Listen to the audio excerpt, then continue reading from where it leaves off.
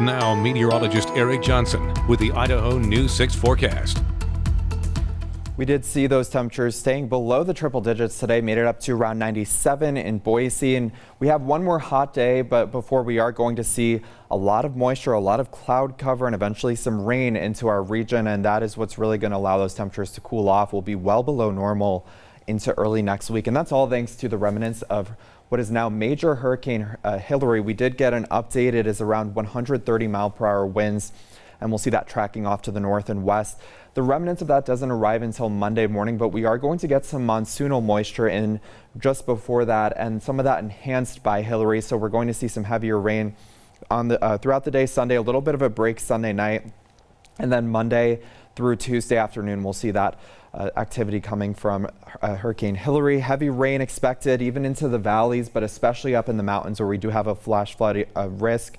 Especially around those burn scar areas. And even in the valleys, we could see minor street flooding, with some areas getting as much as a half up to an inch of rainfall. So here's the location of Hurricane Hilary in the eastern Pacific, and beginning to push further north and west into cooler water. So that's what's really going to weaken that storm. And as it does move inland, also really weakening. But we could see a landfalling tropical storm in Southern California, which hasn't happened since 1939. And as that does move further to the north, it will no longer be a tropical storm, but that doesn't mean we won't see major impacts from that as it moves closer to our region. We're still looking at very heavy rain. And in Southern California, tropical storm watches issued by the National Hurricane Center. That is the first time they've issued tropical storm watches in California. Flood watches all across Nevada as well.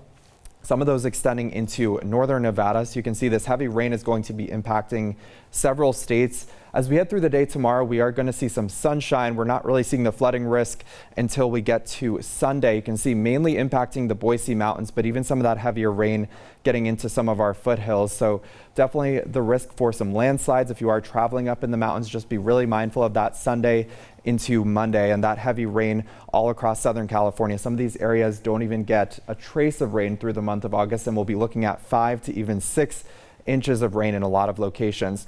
Here closer to home through Sunday evening, we're looking at as much as an inch, and a lot of that will be up in the mountains, but even down into the valley, potentially up to a half an inch. Again, the heavier rain arrives on Monday morning. That's where we could see some of the flooding impacts here in Idaho. Mid-90s tomorrow, so another hot day. We'll see an isolated storm, much like we saw this afternoon, and then just some patchy smoke around as well. Some of those storms could have some gusty outflow winds, so wouldn't be surprised to see some gusts up to 40 or 50 miles per hour.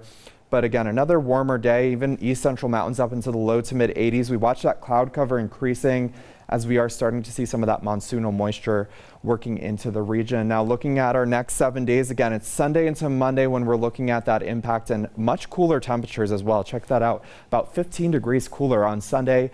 Definitely want to avoid outdoor activities for both Sunday and Monday. We'll see a lot of showers and storms around, but then we gradually clear things out, and those temperatures will begin to heat up as well. We're looking at those highs in the mid and upper 80s by Thursday and Friday.